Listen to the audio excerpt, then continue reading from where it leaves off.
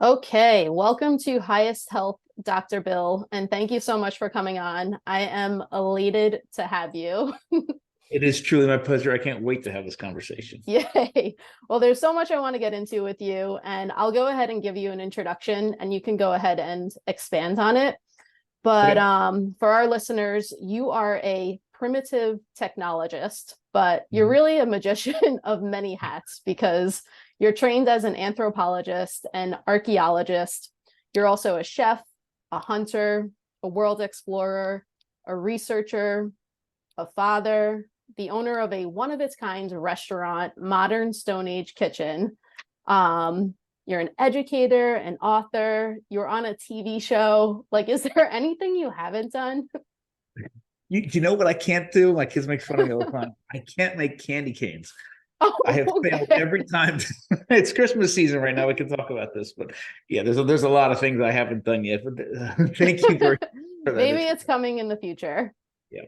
Yeah. All those things may sound like they have no relationship to one another at all, but they really do. They have real. There's a lot of overlap with all of them, and it's so interesting that I'm 50 now. I'm about to turn 51 next month, and most of my life I've been searching to try, just like so many of us, trying to find answers on how to feed myself, and over the past 20 years, how to feed my family. And it turns out that the answers that I were looking for was not in diet books, was not with nutritionists. It was actually in the archaeological record, in the anthropological record, and my work as a primitive technologist really helped to um, uh, allow me to interpret life past from the archaeological record to better understand human diet and health. And it's literally transformed my life. It's transformed my family's life. And because of that, my wife and I realized that we could take this information and do so much more with it than just feed the people in our house. So we opened up the Modern Stone Age Kitchen to nourish the community as well. Really cool. Really cool. This is kind of a side question, but before we get into all of this, I'm dying to know just personally, like, what did you want to be when you were little? You know, in the I my grandmother took me to see Indiana Jones when it came out. The first one, Okay. in the theaters. I don't know, 5 years old. I forget how old I was, but I was very, very young. And she had National Geographic magazines on her you know, coffee table at her house, and something that had to do with Indiana Jones exploring something like that at some level. And I've been trying my best to get there for 50 years. I'm getting as close as. Awesome. Well, it seems like you're doing a pretty good job. So kudos to you. Thank you. Okay. So you study essentially like our past diets and what we were eating, and you bring them into practicality for the rest of us who are living in the modern world. But how do we actually know what we were eating back then? Man, that is a fantastic question. Let me grab something behind me Okay. real quick. Let's see. Um, okay. Here's a here's a good example. So, real quick, just a little bit about archaeology, anthropology, primitive technology, and how they all relate together for people who might not know. So, anthropology is this big, overarching, broad discipline that really just pretty much means the study of humans at some Okay. level. So, really, anything that you ever want to study, as long as humans have some sort of a role in it, could be defined under anthropology. Hmm. Now, under anthropology, we have a bunch of different subcategories, things like linguistic anthropology, which is the study of language, human language, Okay. or biological anthropology, like the study of our bodies through time, uh, cultural anthropology, and the like. And archaeology, at least in this country, we consider archaeology a subfield of anthropology, which is, I guess, for lack of a better term, the study of dead people. Okay. Right, but it's a study of dead people through the things that they made and used, through their tools.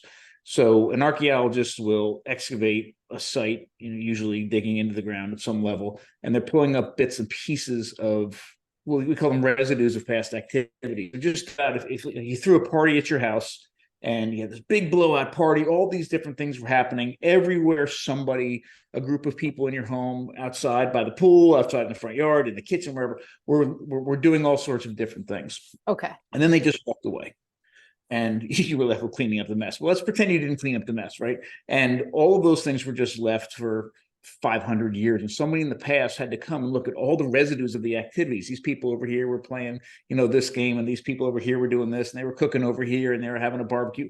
All the residues of those activities would be recorded in the trash and the bits and pieces of things that were left behind. So an archaeologist actually looks at residues of these activities. And unfortunately, after 500 years, after 100,000 years, most of the things that were organic, things like leather and bone and wood, in many cases, unless it's under great preservation, those things decay away. So you're left with things like bits of ceramic, bits of bits of stone tools, and those sorts of things. And then you have to take that information and try to interpret what happened in the past. And you're right, it's a very, very difficult job. It's not an exact science. It's not like biology or chemistry or physics. I mean, there's a lot of interpretation here, but we have some really, really good methods that allow us to look into the past and really get a good idea what's going on. So a great example I just wanted to show you, to tell you where the primitive technology piece comes in. Primitive technologists are trained in replicating technologies of the past. So they could be things like making and using stone tools, or primitive ceramics, or making nets or fibers, or hide tanning, primitive fire making, primitive cooking, whatever it is, ancestral ways of doing certain kinds of things. So they're very skilled in the same sorts of technologies as our ancestors were. And that works really well with archaeology, because if you have, say, a piece of, now this is a stone tool that's about 40,000 years old, this particular piece came from France. Now, it might just look like a piece of a rock, but somebody who knows how to flint knap, or how to fracture rock predictably to make stone tools, can tell you exactly the stone tool technology that this was a part of, could probably tell you what part of the world it actually came from, and give you an approximate date on how that was used. And that comes from a long time of replicating the technologies and looking at the pieces. So this, for example, I'll give one more thing real quick. Totally. These are two different rocks, but it's the same technology. This is a blade that would have come, and it's nice for this picture because you have two different colors, that would have come right from here when it was struck. And then this is called the blade core technology. This is beautiful, gorgeous technology. Those edges are razor sharp. If it's made from obsidian, the edges are 300 to 500 times sharper than a surgical scalpel. Wow. And it can be used for all sorts of different things. Now, how old is that guy? What's that? How old is that one? This one's a replica that I made. So this okay. one's 5 Got years it. old. But this is 40,000 years old. But right, at least right. how it all fits together. Okay. Actually, it's really cool to see it on the thing. Yeah. These tools would then be used for different purposes. So experimental archaeology, which is the subfield that I was in of archaeology, is we would find bits and pieces of things in the ground, or another archaeologist would find things and then ask people like me to say, okay, here's this tool. This is the context it was found in. We have no idea how it was made, have no idea how it was used, how useful it was, how efficient it was. Why don't you run it through a series of experiments? So then I would sit there and replicate the tool to figure out how it was made, and then use it in a bunch of different experiments. Say, you know what, this looks like it really could have been a butchering tool. Or this works great to peel, skin off of potato vegetables or something like this. Then often what we would do is look at the edge under a microscope and compare the edge of the tool, microscopic little wear patterns on the edge of this, and then compare it to the real tool and say, okay, if I had 10 of these and I use each one in a different way, and I look at the different wear patterns, and I look at the ones from the archaeological record and say, okay, this really was probably used to peel roots, or something like that. So we have a lot of this, all works together in all of these different ways. Plus we have all sorts of different laboratory techniques. Like, you can take, if this tool was used to, say, again, peel something like a potato, for example, there's little microscopic pores in this rock, and starches from the potato, like tuber, would get stuck and preserved in those little crevices, and we pull them out. We've pulled out starch grains from 8,000-year-old tools and identified that not only was it being used on a vegetable, but it was also what kind of vegetable it was being used on. Wow. We can do it with blood residue analysis. If there was blood that was caught in a little crack of the rock, if it was like a rabbit, we could tell that it was at least down to the family level what kind of animal was being butchered. So we can look at the tools. We can tell in many ways, get a really good idea about how they might have been used. We can sometimes tell what even material it was being used on. We can pull, if you found, let's say, a pot, a clay pot from the ground. We could also take samples in the pot itself and in the soil around it and tell not only what kind of plants or animals might have been in that pot, but also what kind of plants and animals were growing in that area, and look at things like phytoliths and a bunch of different things. But what's really cool is when you actually get teeth from people, and you can take the teeth and take the dental calculus, they aren't brushing their teeth, right? There's stuff that's stuck in teeth. You can tell what they were literally chewing on in many cases. That's amazing. So we have there's a lot of techniques, and there's much more than this, but there's a lot of techniques that we have that can give us a very general idea about diets. Some cases it's very specific. So like Ötzi, the Iceman they found in the Italian Alps, we actually were able to take his stomach contents and tell what his last meal was, and literally what his last meal was. And it was so precise that one of the plants that they found in the stomach only grew in a certain area, and they were able to tell what direction he was coming from because of one of the things that was found in the stomach. Do you remember what his last meal was? No. Okay. I do know there was some type of cured meat in it. I do remember that, which was really... That is all incredible. It sounds so much fun. Do you have a favorite tool or a tool that you're most impressed about? Favorite tool? You asked me really good. I wasn't prepared for that question. I'm just personally curious because it sounds like so much fun. So I'm like discovering these tools. You got to have a favorite. Yeah. Can I grab it real quick? Totally. Give me 30 seconds. I'm sorry. For sure. Take your time.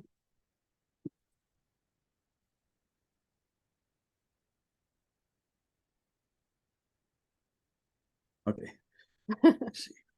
All right. So this is a super cool tool that was found. Now, this is a resin cast of the actual tool. Okay. This thing dates to like 23,000 years ago, and it was found at the mouth of the Chesapeake Bay underwater. Oh, wow.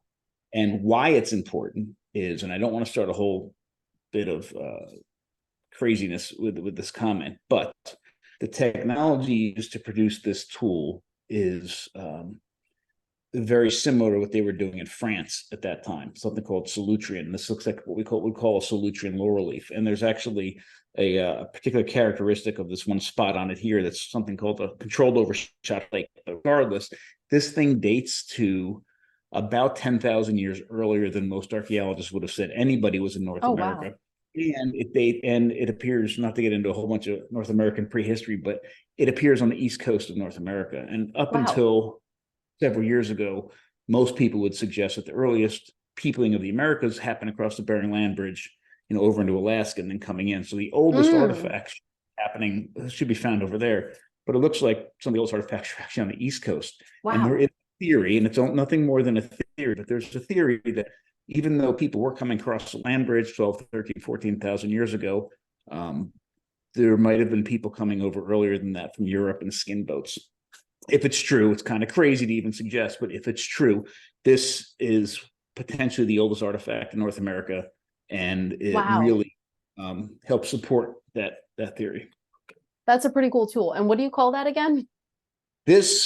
Most archaeologists would call this a Solutrean laurel leaf. Okay. It looks kind of like the laurel leaf sort of shaped.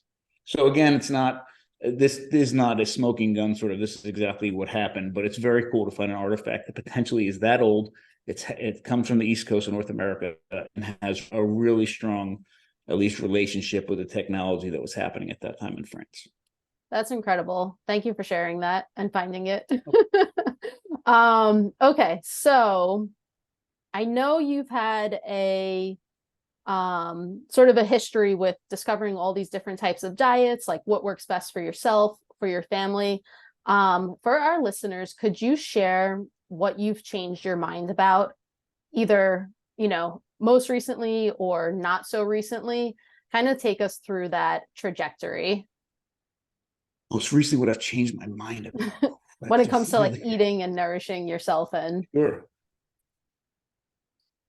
Well, a couple of the things that have major sort of tenets that we've rested, the foundation that almost everything that we do at our home and also here at the restaurant has been on, are the kind of things that have become mainstream more recently. Things like, very animal focused approach, nose to tail approaches to Mhm. animals, things like sourdough, real wild long fermented sourdough bread, soaking and sprouting grains, no industrial nut or seed oils. I mean, those things are sort of a little bit more common now than they were even just a few years ago. Right.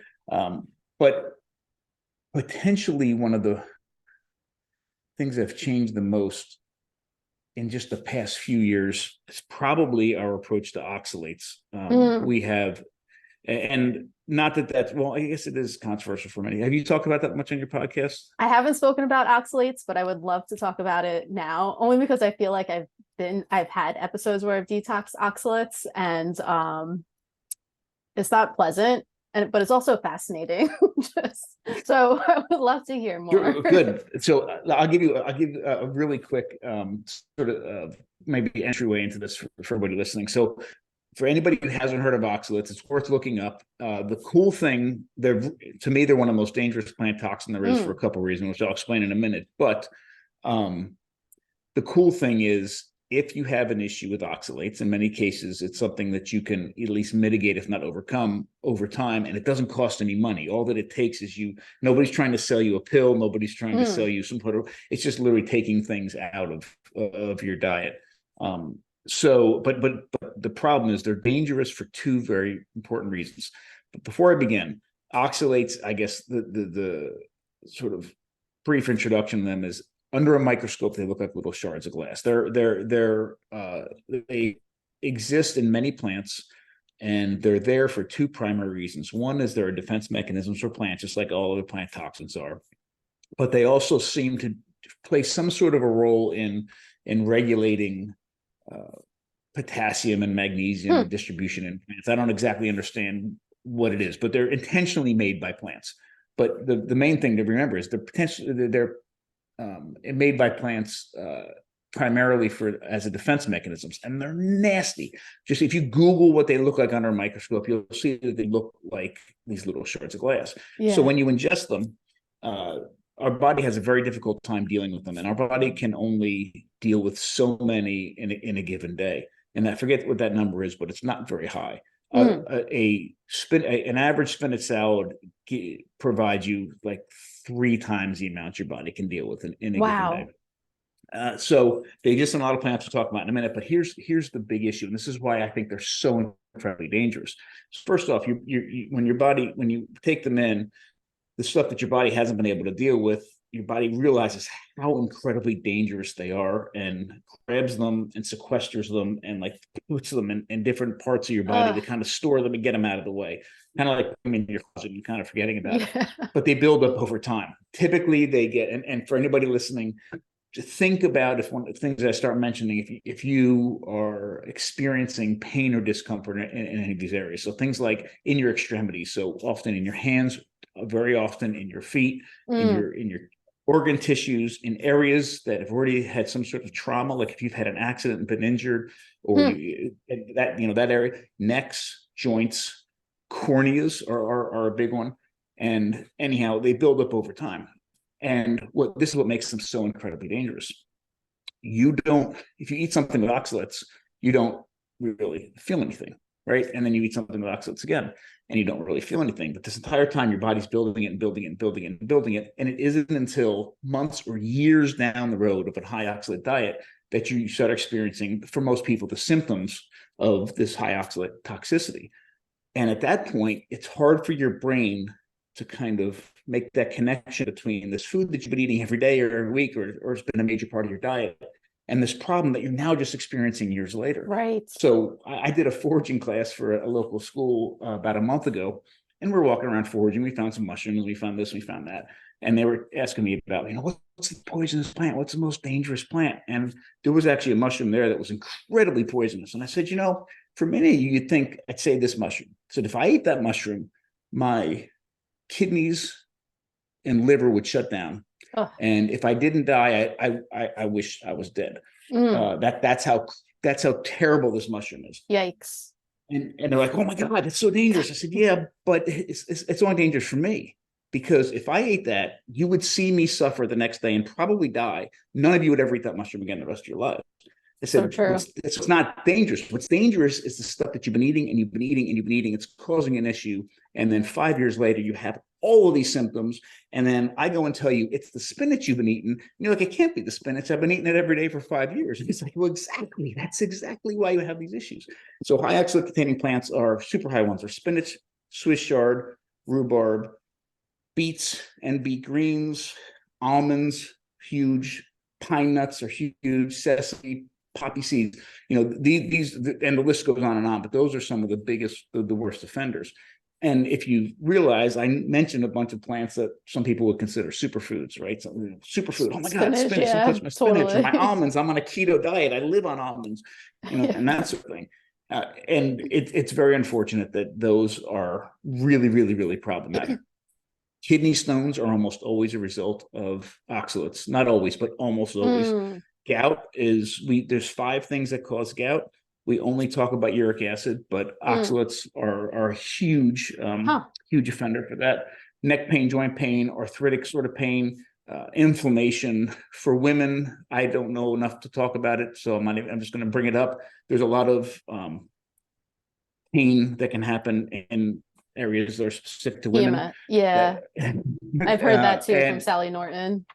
Yeah, I mean, and so it goes on and on and on. Corneas, light sensitivity, and then if you have it, and then you start dumping oxalates, and then all sorts of crazy things can happen, like oxalates coming through your skin. I had oxalate when I was dumping. I had oxalates coming through the skin above my lips, and it was like little particles of sand. So painful. Yeah, that's what I had too, and I was just like wiping them. And I was like, oh, this looks like a shard of glass. And then like I would look in the mirror and I would see something like flashing or like reflecting. And I'm like, there's like a little shard of glass on my face. So it was just fascinating. So did you have any pains or at the same time, I don't know if it was related or unrelated, but my skin felt like it was burning. Like not my face skin, but mostly like the backs of my legs. So I was like, I wonder if that's related to the oxalates. It was kind of felt like pinchy / burning. Thankfully, it wasn't like all day. It would just come and go in like 10 to 15-minute episodes. But other than that, I did have a shoulder pain I don't have anymore. So I don't know if that was related because you mentioned the joint pain. So it is. Let me tell you very quickly what happened to me. And yeah, so it was, and this is after several years of changing the way that we ate based on everything that I learned as an archaeologist and anthropologist, and really for the first time in my life, really starting to feel like I had a grasp on my own health. And out of nowhere, like I felt great. My body was in good shape. I had energy. Everything. I looked in the mirror. I was actually happy for the first time in my life. Amazing. Sitting there all, and then all this, I had these pains, and there was one particular day, and it was actually there's one thing that sent me over the edge. I had eaten this really weird thing that a forager buddy of mine had made out of skunk cabbage, and anyhow, long story short, I had ingested a bunch of oxalates that I didn't know were there, but I mean a massive amount. Dang. And it turns out I had a very high oxalate diet, and this set me over the edge, but I didn't know it.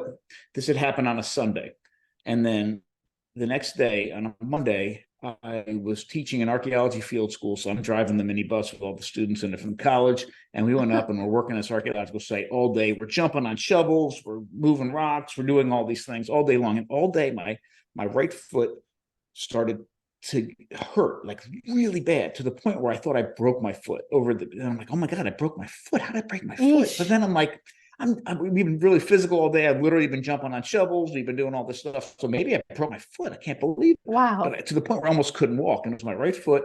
And I was driving. So I get all the students at the end of the day into the van, the bus, and I drove them off, dropped them off in the dorms. And I called my wife and I'm like, look, I think I broke my foot. I got to go to the hospital for an x-ray. She's like, really? I said, yeah.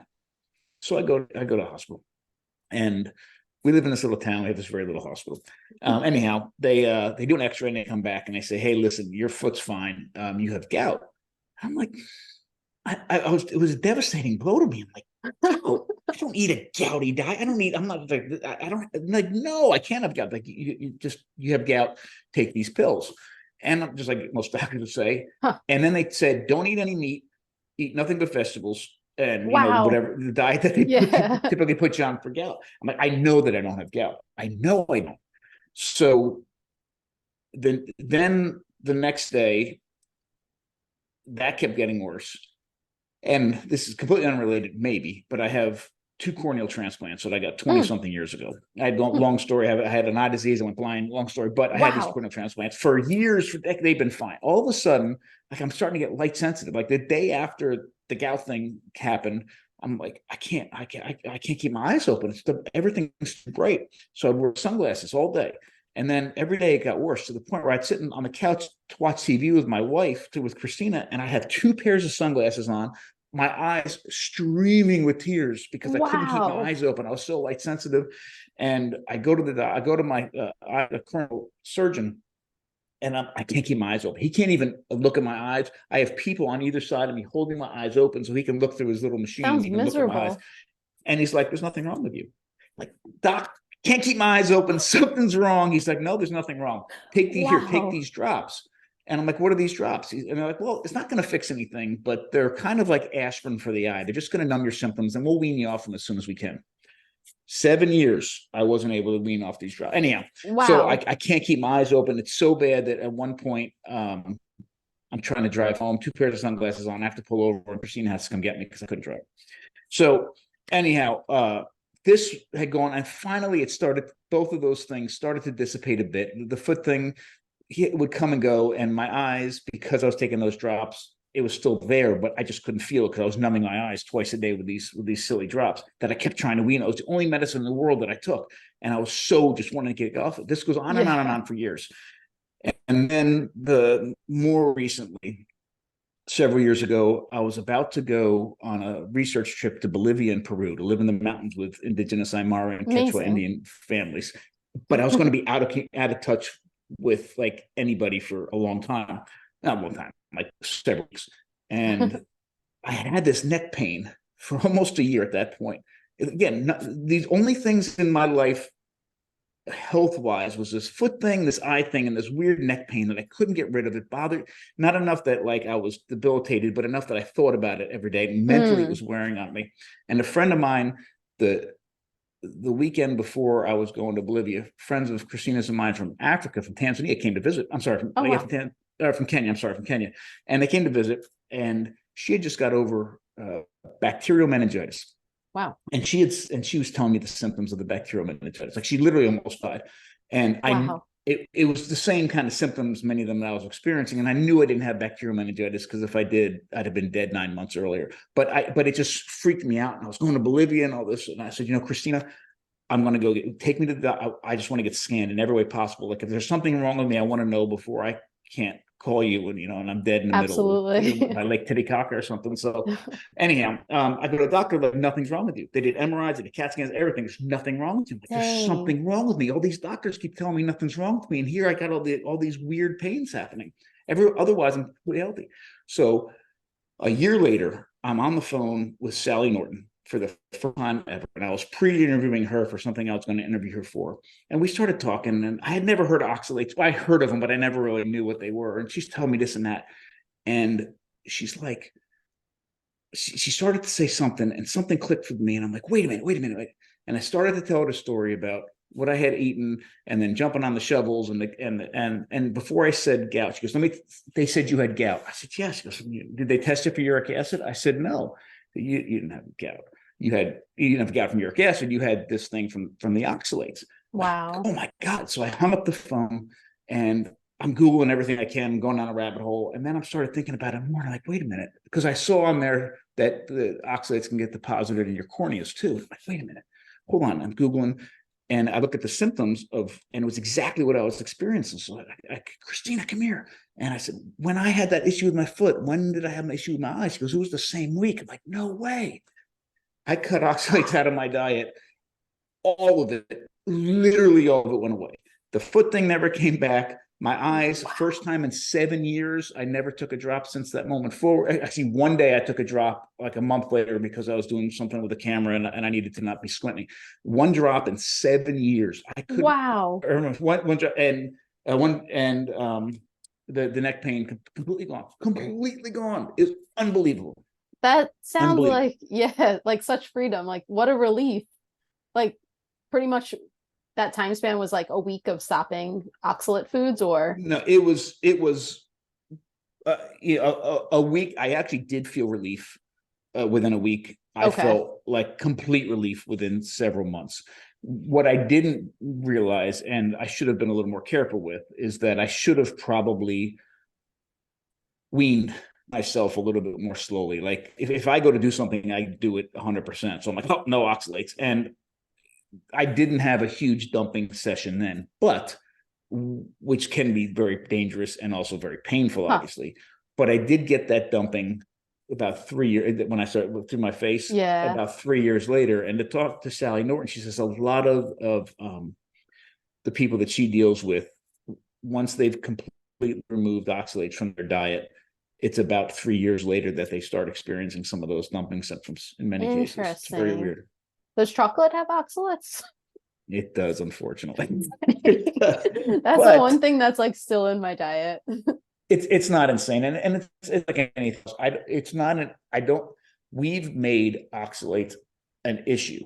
They weren't necessarily an issue as much in the past. You have a little bit of chocolate here and there, it's not a very big deal. Even if you have spinach, one of the worst offenders in the world, the 2 weeks out of the year that it actually grow in your area, no big deal. But we call them superfoods. And we have people that are, I know people that would do a spinach shake in the morning, eat spinach at lunch, a spinach salad for lunch. Sometimes you have spinach for dinner, and 365 days out of the year. And we create that problem, you know.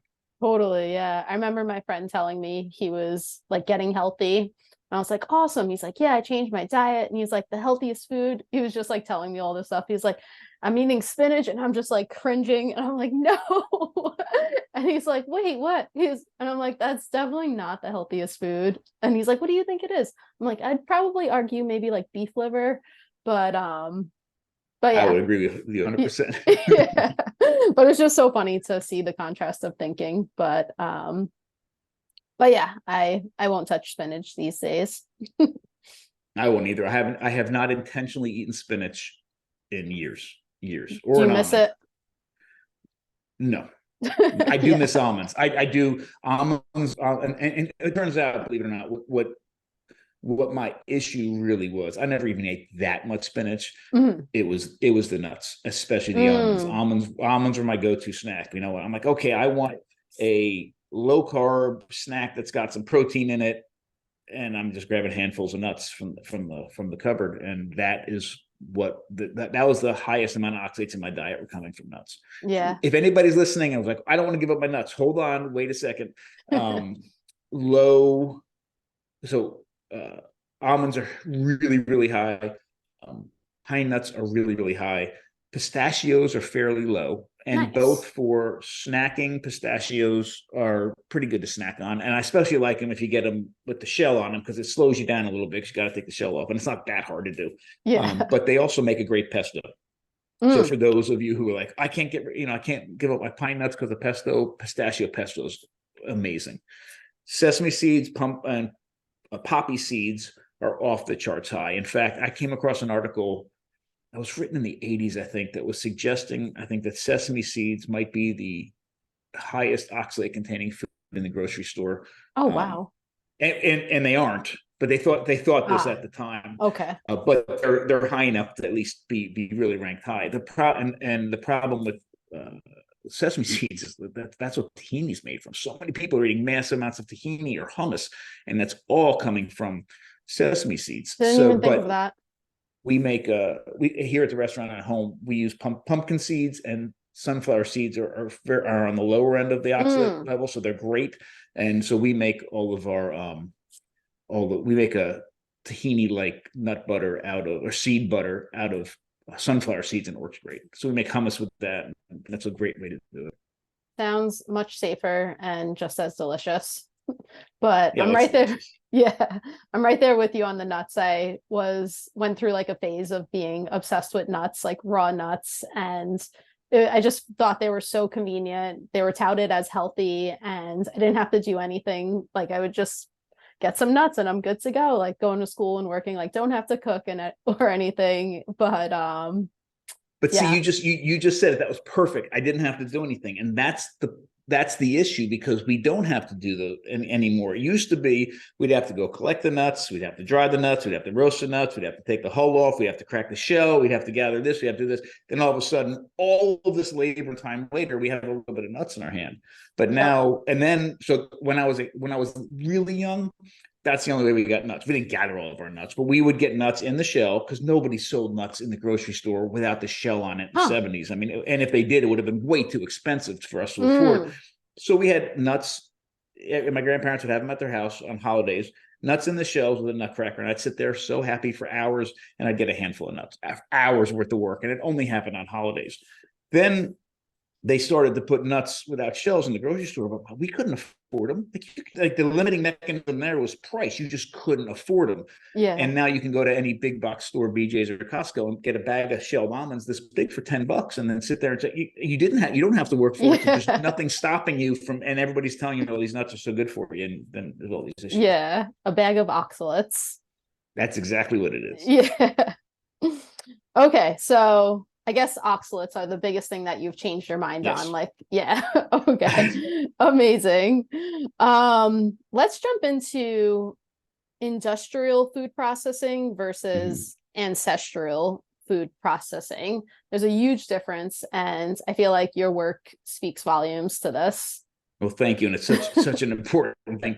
I wish we had a different term than food processing in both of those cases. It's kind of like the issue that we have with the word fat. The fat, many other languages, the term fat that we eat and the fat on our body are two different words. But for us, it's the same word, and it's very easy to unfortunately misassociate them together and say, oh, if I eat fat, I'm going to get fat, right? Yeah. It's the same thing here. It's unfortunate that we have the same exact phrase for one thing that's incredibly positive and one thing that's incredibly negative. And the story that I usually tell is when I was teaching at Washington College, I would teach all sorts of anthropology classes, archaeology classes. Some are really old, some are modern things. And I was teaching one class about modern industrial. I forget what the class was, but the theme that for part of the semester was about modern industrial food system. And another class that semester, I was teaching this prehistoric archaeology class, and food. Obviously, I was talking about food at some level. And I had this one female student happened to be in both those classes that same semester. And about halfway through the semester, she pulled me aside and said, Professor Schindler, look, I got to ask you a question. You say food processing in both of those classes, but in the archaeology class with prehistoric diets, it's like you're shy, you're smiling, you're so excited, and food processing is an amazing thing. And you say it in this other class about modern food processing, and you look like somebody has ran over your dog. Like, what's the difference? I looked at her and I said, somebody very early on taught me that when you don't have an answer right away, say, you'll find out. And so I looked at her and I said, I know there's a difference. I haven't really defined it in my head. I'll figure it out and I'll get back to you. And finally, but when she came up to me about it, it made me think in a very, very good way. So this is what I responded after. It took me about a week to figure out how to respond. Food processing in the past. Now, I don't want to make a blanket statement for 3.5 million years of food processing all over the world, different cultures, different groups, and it's always the same thing. But in general, from what we can tell from the archaeological record and what we can tell from the ethnographic record, so looking at what traditional and indigenous groups are still doing today that are carrying on, traditions for long periods of time, kind of like this kind of thing Weston Price would have reported on. Food processing in the past was focused on three things: making food safe, nutrient dense, and bioavailable. So you have all these resources in your environment.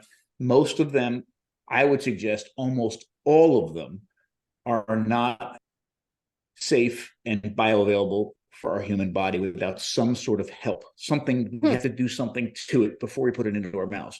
And that food processing does it. So it's things like soaking and sprouting and fermenting and nixtamalizing, or a nose to tail approach to animal. I mean, there's a whole array of things that we can do to a raw material.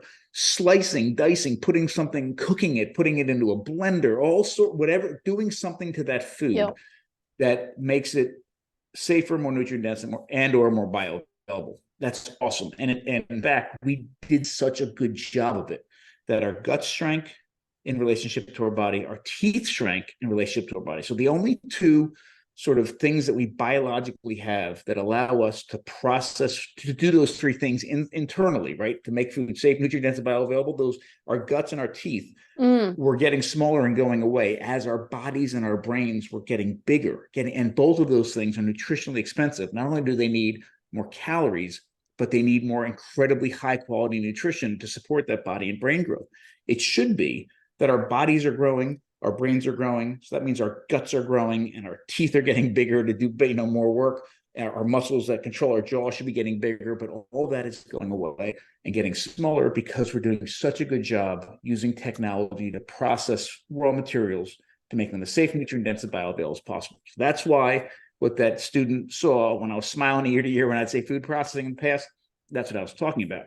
Now, modern industrial food processing is processing raw materials, unfortunately, for other reasons, to make other people money, so that things will ship better, so that they'll be more uniform. And again, that list goes on and on and on and on as well. But in somebody else making money on some sort of an industry is not necessarily a bad thing. It's bad when it's at the expense of safety, nutrient density, and bioavailability. And that's what most of the modern industrial food processing is doing. It is processing food for reasons other than making us healthy at the expense of those things that actually built us as humans.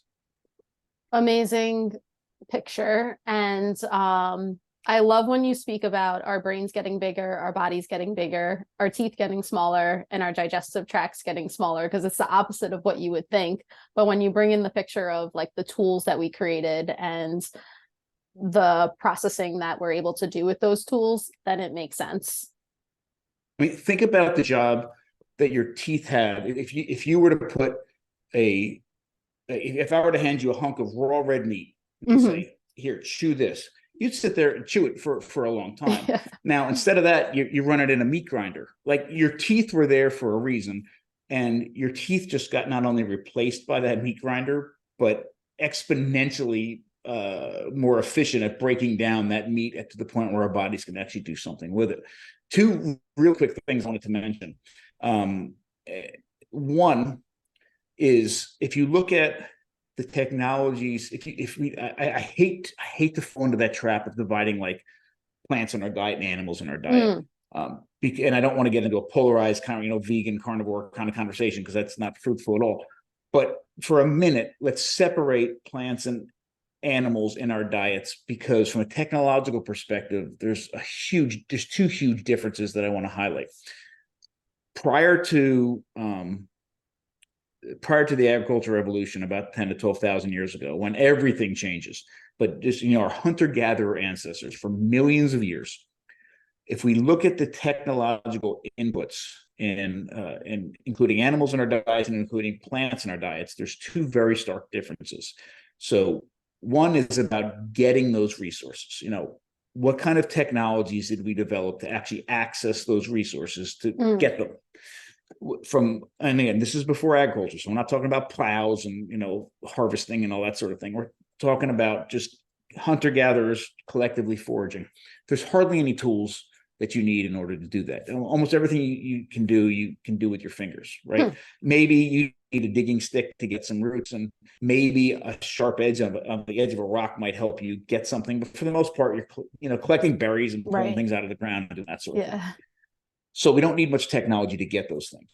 But with animals, you do, right? In animals, we've created most of our technological input with including animals in our diets has been focused on getting the animal, overcoming our physical limitations and getting that animal. So bows and arrows and atlatls and spears and nets and traps and boomerangs and throwing sticks and all of those things that allow us to get the animal is where our focus was what we're focused on for creating these technologies. Once you have your plants and once you have your animals, there's another huge difference. When that animal requires almost no processing whatsoever to make it as bioavailable as it can be, right? Literally, you need a sharp edge to get into that animal and you're done. I mean, especially with the organ meats, the blood, the fat, and the organs, the most nutrient dense part, it's incredibly bioavailable. You don't have to cook it. You can chew it up. It's soft. It's great. The meat does, hunks of raw red meat do benefit slightly with a little bit of processing. So either a little bit of cooking or a little bit of cutting. And if you think about going to a really nice restaurant, ordering raw meat, it comes in one of two ways: either as carpaccio, which means it's been sliced super thin, or as tartare, where it's been run through a meat grinder. In both those cases, it's been physically broken down to help make it a little bit easier for our digestive tract to have access to it. But other than that, you don't have to do anything to that animal. The plants, on the other hand, which require almost no technologies to get, require a massive amount of technologies to make them safe, to get rid of their toxins, and to also unlock their nutrients and make them available to our human bodies. So while most of the technologies around animals are about getting them for 3.5 million years or 2 million years, most of the technologies around plants are about how to make them safe and how to unlock their nutrients. Wow. So yeah, it's a lot of work to, well, foraging for the plants itself is, I guess, not a lot of work, but to actually make them safe, bioavailable, and nourishing is a lot more work. Absolutely. Yeah. You mentioned nixtamalization, if that's how you say it. I'd Pretty imagine, close. yeah. I'd imagine a lot of my listeners don't know what that is, but can you go into that a little bit? Can I go grab another prop real quick? Yeah, totally. Okay.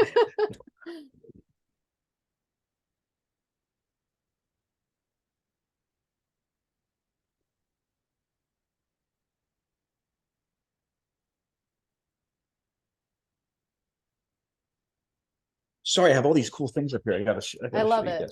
guys. All right, so here's my little kamal that has some maize and other things on it. A couple of things I want to notice. One is this is an heirloom variety of maize from Oaxaca. Here is a slightly older version, and what I want, the reason I'm bringing this up for a second is I wanted you to see this. So if you ever saw what the wild ancestor to maize is, it's called teosinte. It's a grass. Maize is a grass. Corn's a grass. If you let your grass in your yard just go and you don't mow it for several weeks, what the stalk that comes up and the seed head on top looks really close to what the ancestor to maize is. So the plant that people in Mexico were messing with to selectively genetically change it into what we have today as maize really didn't seem like it had a whole lot to offer. It had these little hard seeds. There's a big debate right now whether they were actually domesticating it for food or for alcohol first, because it's a lot of work. But it went through several different genetic mutations to get to what the different mazes that we have today. But here's one. One thing you'll notice, I don't know if you can see this, is that every single kernel of maize is covered in its own sheath. Like if you think about it, I gave you corn on the cob, you sit there and you're pulling these big leaves down, and the entire cob is surrounded. So one of the genetic mutations that were selected for was to get rid of this and make it so much. Think about how much easier it is to process if all you have to do is pull. I mean, for sure. You think it's a pain in the butt. Your mom's like, "Hey, get the corn and shuck it outside." And I go, "Mom," but if she gave you that, you'd really be pissed off.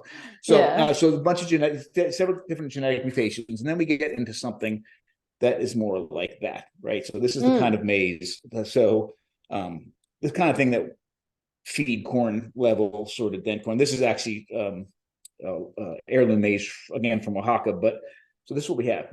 Maize was first domesticated sometime around 8, some people suggest 10, but around 8,000 years ago or so. We believe the earliest example of this is in the Balsas Valley of Mexico. So we have this. Great. We have people are eating maize, spreads all over South America, Central America, North America, becomes a staple in many different diets. Entire civilizations in some cases were built on the backs of maize. But what we don't necessarily realize today is that maize is one of the most difficult grains in the world for the human body to completely and fully digest.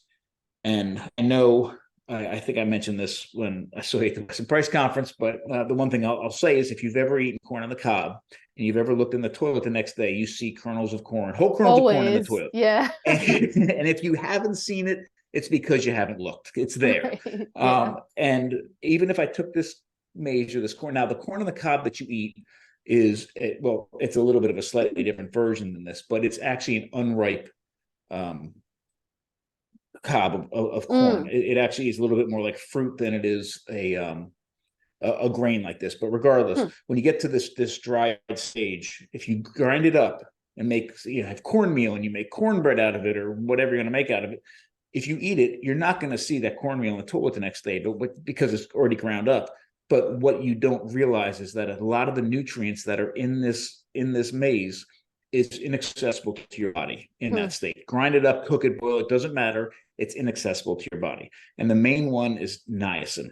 So without going into a long, deep conversation about it, and you can look this up, there's a lot of information, but for the past several hundred years, once maize was taken away from the Americas and brought over to Europe, they took the crop, but not the technology that people who have spent 8,000 years with maize developed in order to unlock those nutrients, make them as bioavailable as possible. They just took the corn. And it's hard to believe, but over just 300 years, millions of people around the world have gotten incredibly sick. Hundreds of thousands around the world have died as a result from the nutrient deficiency of niacin in their diet because they ate massive amounts of corn that haven't been processed properly. Dang. And the only way to unlock the nutrient niacin in the maize is to do something called nixtamalize it. So nixtamalizing means nothing more than you take the maize and put it in an alkaline water with a lot of alkalinity in it, simmer it for about 30 minutes, let it sit in that hot water overnight, rinse it, and that's literally all you have to do. If you at that point you have something called nishtamal in the U.S. pre-Civil War, you would have called it hominy, or you would have actually called it grits. And if you grind it up, you have something called masa. It was done originally with wood ash. Now in Mexico, they use this white stuff here is called cal, or calcium hydroxide. They dig it up out of the ground. And some of the big people that are manufacturing sometimes would even use lye, which is sodium hydroxide. But regardless, it's a very, very easy thing to do. Cal, you can buy it online. You can buy it at all Mexican grocery stores, but is also, you can find it at Walmart. It's exactly the same thing as pickling lime. And you put a little pickling lime in the water, put the maize in, bring it to a simmer for about half an hour, turn off the heat, let it sit overnight, rub off the skins on the outside, and then you have a completely different food than you had the day before. Completely different food. And if you use calcium hydroxide, which is cal or pickling lime, not only have you unlocked the niacin and made it available to our bodies, but you also it has a higher calcium content, and it also changes the proteins and make them again more usable to our bodies. But here's the really crazy part of it. Think about millions of people around the world getting sick, hundreds of thousands dying because of a nutrient deficiency of niacin in their diet while eating nothing but corn, which has niacin in it. Their niacin was going right through their bodies, just like the corn on the cob kernels going right through our bodies. They were eating the food that had it. It just wasn't accessible. I mean, corn is like the poster child for the need to do the right kinds of food processing to our food. And it's very easy to do. So I'll give you one little bit more modern example. And it was only several years ago. Turns out that there were wild hamsters in France. And these wild hamsters, who would know? These wild hamsters, farmers love them because they burrow through the soil, they turn over the soil, they do all these wonderful things. Well, they noticed, I don't know, 6-7 years ago, something, that the population of these wild hamsters in France was plummeting. So they started to study the wild hamsters. The farmers weren't happy, so they started studying these hamsters, and it was happening in areas where they were planting corn. And it turns out that these hamsters were so deficient in their diets because they were eating what in the fields they were living in, so eating all this corn. They were deficient in niacin. They were eating their own young. Wow. they were eat, they'd have a baby, they turn around and eat it. So their numbers were plummeting. Dang. And they did some studies and started to supplement the hamsters with niacin, and all of a sudden they stopped doing it. I mean, Wow. it's not only for humans, it happens around the world. Yeah. And unfortunately, so for us, for you and for me, we eat a little bit of corn, eat a little bit of corn here, eat a little bit of corn there. Not a very big deal, because we're eating so many other things that also have niacin in them, that it's not like we're going to get pellagra, which is the disease you would get from it because of that. But there are people around the world still, especially in Africa, that are subsisting primarily on corn and are having the same sorts of issues. But for you and for me and for anybody listening to this, I don't care how varied your diet is. Why would you eat a food not processed, to maximize the nutrient, availability of that food to your human body? When you could do something different, right? Exactly. You're intentionally eating something and letting a lot of the nutrition go directly through your body. It's like you're creating an empty calories sort of situation. Yeah, it's just my body using energy to digest food that's not actually nourishing me. Like it's such a waste of my body's energy. The cool thing is, and I know we don't have time to go into the entire process here, Yeah. it is incredibly easy to do. We know for sure people have been doing it for 4,000 years, because we have archaeological evidence that shows it's at least 4,000 years old. We just developed a technique in the past 2 years that allow us to directly identify it in the archaeological record, like this was nishtamalized. And I haven't seen data come out from it yet, but I'm confident that 4,000-year-old mark is going to get pushed back to the entirety of 8,000 years. And there's no way that it couldn't. Wow. And if people were doing it with clay pots over an open fire in the middle of the Balsas Valley of Mexico, you can do it in their stove in an apartment in New York City, easy enough. Plus, it not only changes, this is like the same thing with any nourishing food. Really true nourishing food not only is better for you, but it's more satiating, it tastes better, it smells better, it has better texture. So your entire experience of eating maize is going to completely change when you start nishtamalizing. Absolutely. Yeah. And I think one of the most valuable points that you made was, like, when we do the proper processing, it's a completely different food. And you can have a conversation with someone who would argue that certain foods were a part of our diet for centuries, and they might be right, but it's not exactly the same food because they processed it in a way that we're not doing. Absolutely. Bread is a great example, or milk. There's so, actually, I would suggest that every major part of our diet has been diminished at some level, because there's been, the modern industrial food system has shortcut different methods, and any one of them, not a very big deal for most of us, because we're getting all this different food in different places. But the problem is it's happening every time we turn around. Every food that we put into our mouth at some level, somebody else has done the processing, they've shortcut something, and we're getting less for it. So true. I could talk to you forever about so many different things, but the next topic I wanted to bring up was your recent trip to Sardegna, because I was there, I'm pretty sure, at the same exact time that you were there. Totally different part. I was in the upper tip, Santa Teresa Galora, and I think you were more southern. But we did go up. We were up on the northeast, and then we came down. Yeah. Okay, cool. But I was there at the end of June, and I'm pretty sure you were there at the same time. I think it was the same time. Yeah. It was beautiful weather. It was so amazing. Beautiful. Yeah. But if you can share more about what you were doing there and your experience, because I just love the contrast of the way we live versus your experience of I guess it was the family you were staying with, and how they live, and just any powerful takeaways that you had from being there and learning. Have you been there before that trip? No, that was my first trip. Yeah. Oh, are you going back? Because I would amazing. love to. Yeah. I want to see the southern half, because I was only in the northern half, and I was only there for a week, and I feel like I could spend a lot more time there. Yeah, it was fantastic. And what I didn't know, because I had never read any of these Blue Zone books before I went, or any of that stuff. What I didn't know was the main center or main village that we spent time doing research in was the epicenter of the first Blue Zone ever identified. Oh, so it was wow. in Villa Grande and Oleastro. So which I didn't realize until we were actually there. And I'm like, I've heard about these. So I didn't That's know much even about it, but better. now it's even better. And it's even better after I watched the Netflix special. Have I you seen haven't seen this? it. No. It's not worth it. But Yeah. My TV is actually in my garage right now. I have to bring it inside. I just no, moved and it's much better in your garage. okay.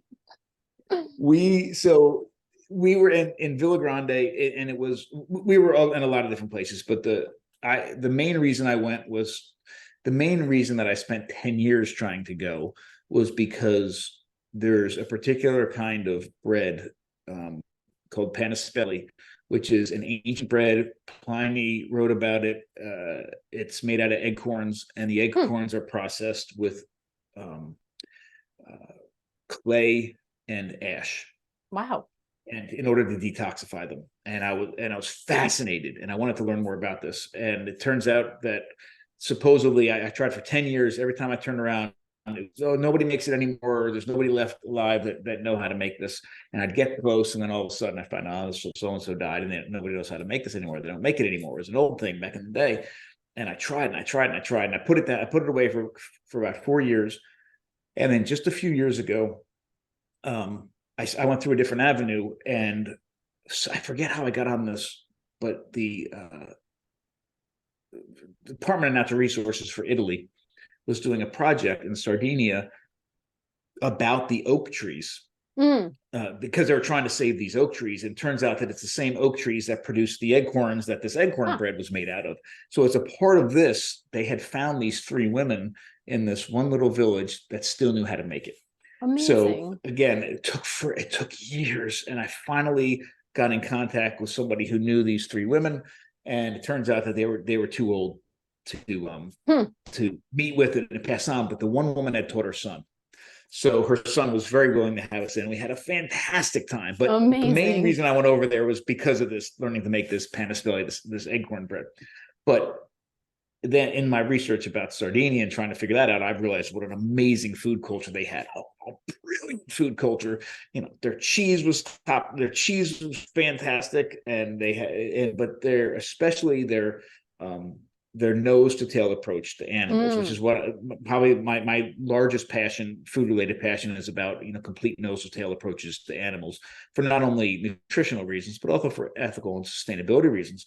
And so I was like, look, we are going to spend time with some amazing people that are going to show us how to do all of these things. And I got in touch with this fantastic food historian. Her name is Gisela Rubia, and she's written several books on traditional Sardinian food. And she was our main contact. She speaks no English, and I speak almost no Italian. But they it was don't even brilliant. speak Italian. They speak like some dialect. Yeah, and that's the other thing. Yeah. You're absolutely right. So it was wonderful. In fact, she's publishing her 3rd book, and she just asked me to write the afterword for it. I'm so honored because she's amazing. What an honor. But we get there to Villa Grande, and just a couple of quick takeaways. We drove in. We were staying with this cheesemaker before that, a couple hours south, and we drove from at Sinos Formaggio. Amazing. He does all wild fermentations on his cheese, and wonderful. But we were driving, the whole family was in this little rental car, and as you know, Sardinian roads are not straight and flat at all. So it took us hours to go almost no distance, hours up and down. I bottomed the car out once on rocks, and we finally get there. The entire car's about to throw up. Everybody just wants to get out of the car and like lay down on a bed or something. We get out, and we're in this mountain village, and we get out of the car, and she meets us. She's like, oh, but there was her niece was there as a translator and all this. Like, okay, let's go take a walk. No, I want to go. My daughter's like, yeah, lay down. Nope, we got to go. So we go take this walk. Hours. We go walking for hours. This is how we spend the time. They talk in and walk in, and it was wonderful. So we're walking forever. We come back to the house, the family we're staying with, and a couple of things I think were really important about this particular case. So this Villa Grande still hold, and they have the sign on the way in. They hold the Guinness Book of World Records for the largest number of centenarian males in the world. Amazing. So not only living over 100, but males, the largest number of males living over 100, which is less common than females living over 100. And right next door was a 103-year-old man living on the second floor of the house, up and down steps every day, completely on his own. So cool. He does it all himself. But what I thought was fascinating was, the thing that I pride myself on as far as food's concerned in our home is that we make everything 100% from scratch. So It took cool. years to get to that point. And then we opened up a restaurant with the same thing. We make literally everything 100% from scratch here. We That's make all of our cheese, phenomenal.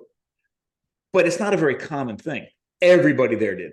Like every Wow. time we sat down to, I felt so humbled. I'm like, I'm not doing anything special. These people have been doing it for. We sit down at this table, huge spread of food. Not only did they make everything themselves, it was their pigs, right? It was their goats that they or sheep that they got the milk from.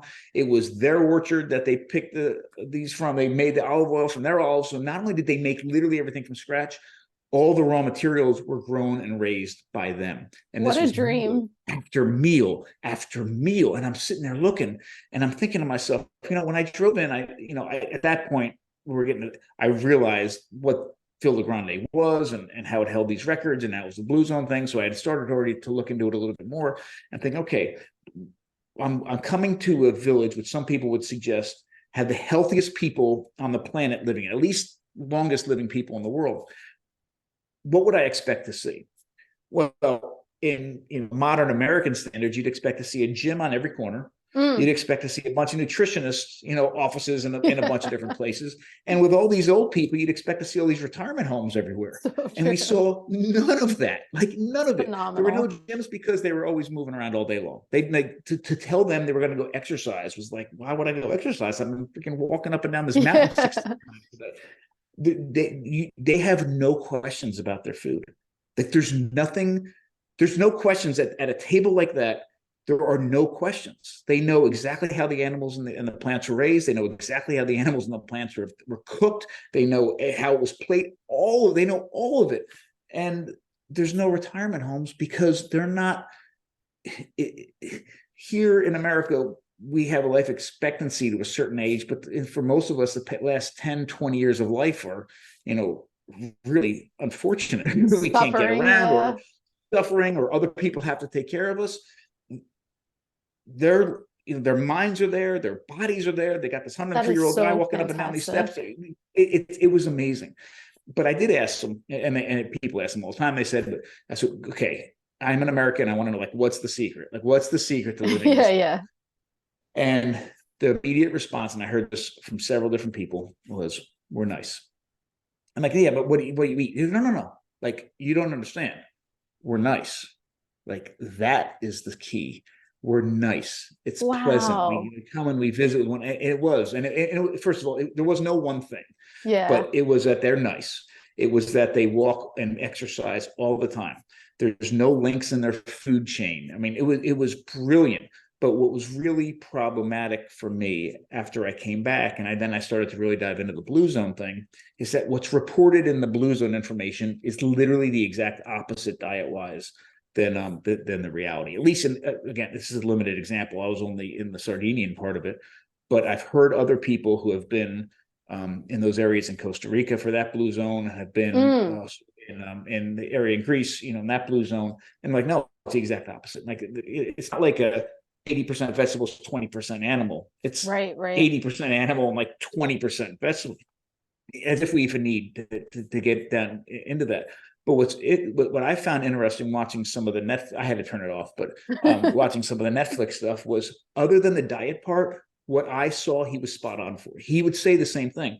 People were moving all the time. They were visiting with one another. They were doing all of these things, which is great. And he's building this argument on facts. And then all of a sudden he throws in this dietary piece and it's like, yeah, but all they eat is vegetables and hardly any meat. Like, whoa, no, it's not true. But you already believe him because all the other stuff, makes so much sense. Yeah. He's muddying the water with truth and mistruths.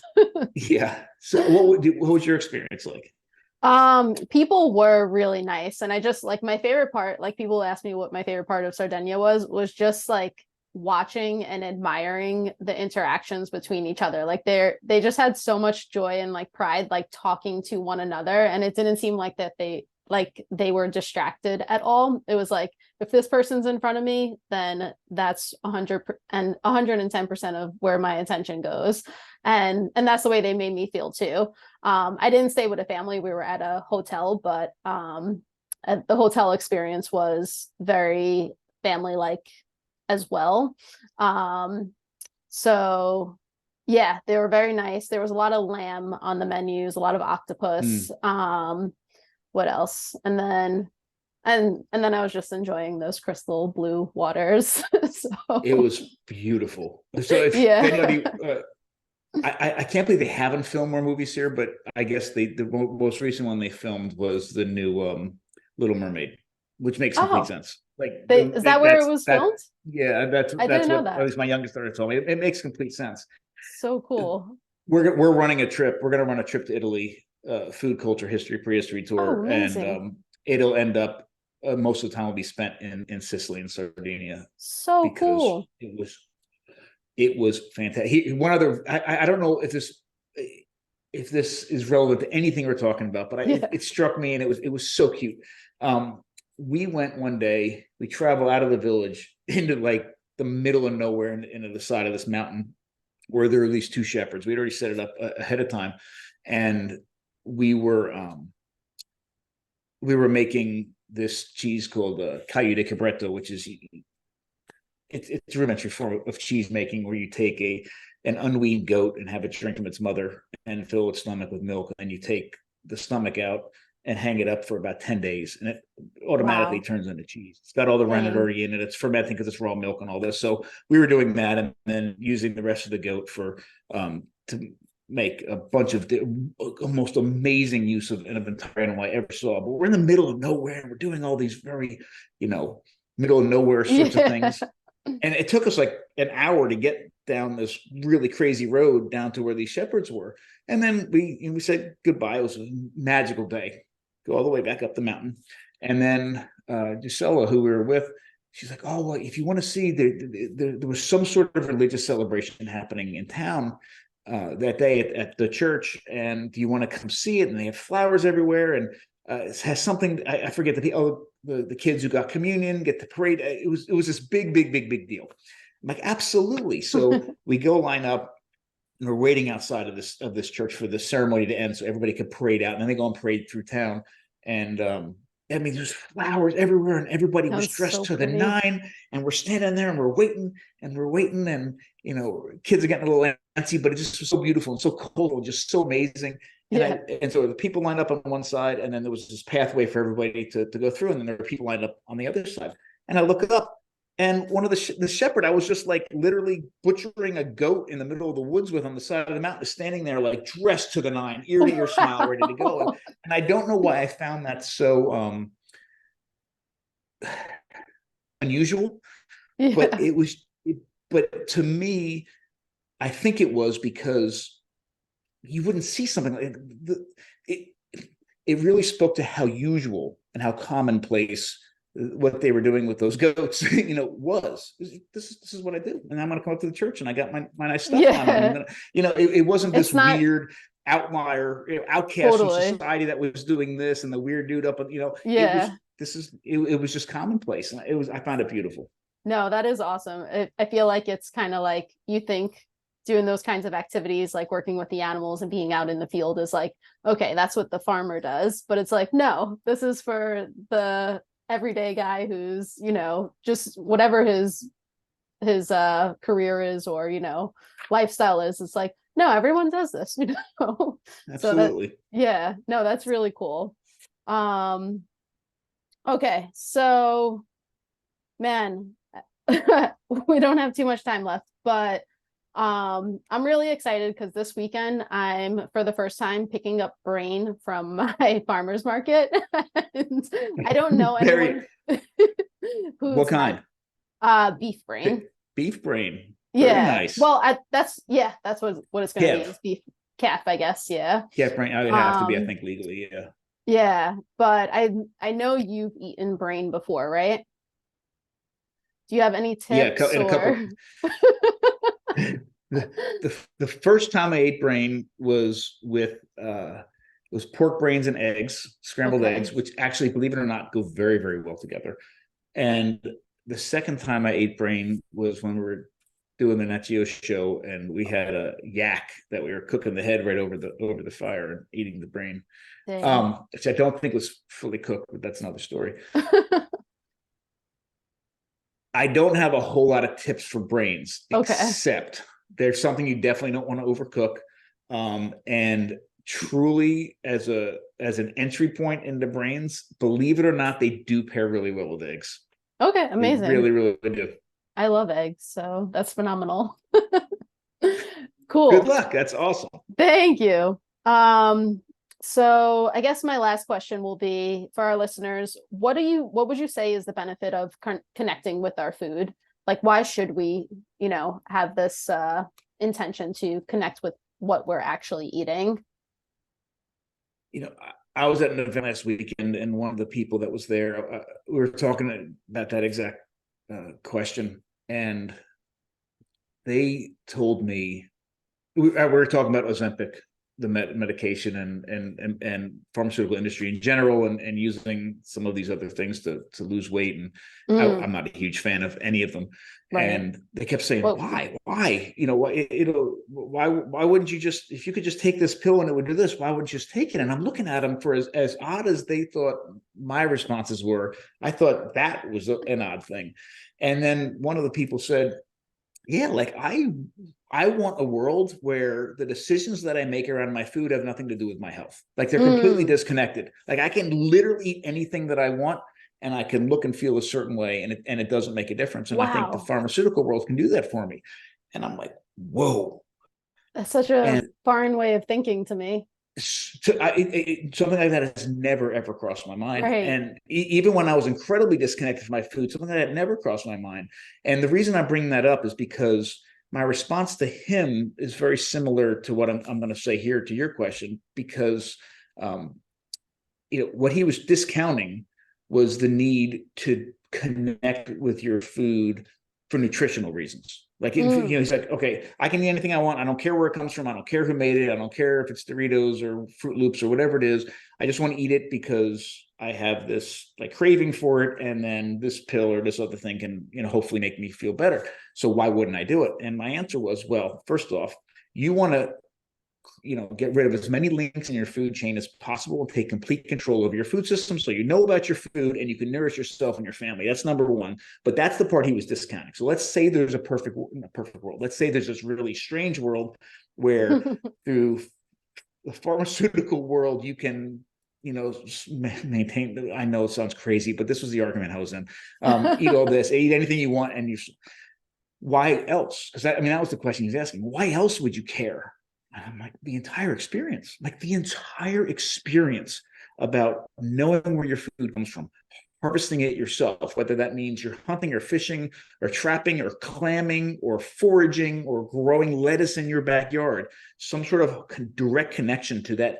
You can't replace that with almost anything in life. And then being able to put it through a process that, makes sure that you're making it as safe, nutrient dense, and bioavailable as possible for yourself and for your family. And quite often, all the cultural pieces that are wrapped up in that, because that was what culture was founded on. That is what food systems have been founded on. All of that, and you can't disconnect that from the very fabric of what it means literally to be human. So when you're doing that, you're typically doing that with someone else or your entire family or your entire village. Yeah. And even if you could eat that Dorito which is impossible, but and maintain, biological health, you're missing out on almost everything that it means to be human, at least as far as food is concerned. And food is intertwined with everything that we do. Literally everything that we do. Food has made its way into politics. It's made its way into religion. It's made its way into tradition. It's made its way into, all of these things. So reconnecting with your food to me, is not only the most nourishing way towards biological health, but the most nourishing way to emotional and cultural health as well. Yeah, that's such a beautiful answer. And it reminds me of the scene that you were describing with the family in Sardegna, where you were like, not a single item of food, like they were able to tell you exactly like who made it, where it came from. Like that sounds like such a dream. Like anytime I go out to eat, which is not very frequent, I'm just like asking a lot of questions and oftentimes not getting a lot of answers. So like to sit at that table and they're like, oh, it was like, you know, just a few yards down where I picked this, and like so and so put it together. Like it's such a intimate experience, and it speaks so well to like what it means to be human in the beautiful words of how you said it. Absolutely. And again, what's really interesting about that is that wasn't the weird family. Like that was everybody. Like if I picked up and went into the house next door and sat down for dinner, So it would have been the cool. same situation. And you know, the next door and the next door, which I think Yeah, is really, really special. that's amazing. When I go back, I definitely have to do more of an agro like tourismo experience. Well, let me know how I can help. I'd be happy to put you in contact. Amazing. That'd be awesome. So fantastic talking to you, Bill. Where can listeners find you? All right. So there's a couple places. So my family and I have a restaurant called the Modern Stone Age Kitchen, which you can follow us on social media at Modern Stone Age Kitchen, and find on our website www.modernstoneagekitchen.com.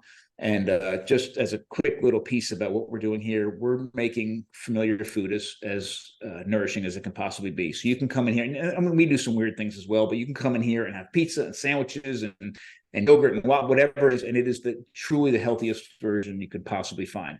We're located in Chestertown, Maryland, which is on the Eastern Shore. We're only about an hour from DC, about an hour and a half from Philly, and about 2.5, 3 hours from New York City. So we're not that very difficult to get to. We also own a nonprofit and operate a nonprofit, which is where all of our research and our teaching and our outreach is funneled through, and that's called the Eastern Shore Food Lab. And you can find out information about that at ES Food Lab. And also eatlikeahuman.com has a lot of information about the nonprofit, about my book, and about all the work that we're doing, including a blog. And I'm on social media at Dr. Bill Schindler, so at Dr. Bill Schindler. Fabulous. Thank you so much, Dr. Bill. Really inspiring work. And I got to ask you, like, what are you most proud of? Like, out of all the things you do, like, is there something that you're just like most proud of? I am most proud that I have been able to take what I'm passionate about and use it to nourish my family. And that was solely because my wife, you know, really made me see the light, say all the stone tools, all stuff is important. It's cool, it's fine, but how can you help our family? And that is the sole reason why I'm doing anything that I'm doing. So that's what I'm most proud of. Really cool. So fantastic. I feel like it has a direct impact on your family, but the world at large too. So really inspiring work. Well, it was great talking with you. Thanks for having me on. Likewise. I'll see you soon, Dr. Bill, at the next conference. Ciao. Sounds good. Thank you. Bye-bye. Bye.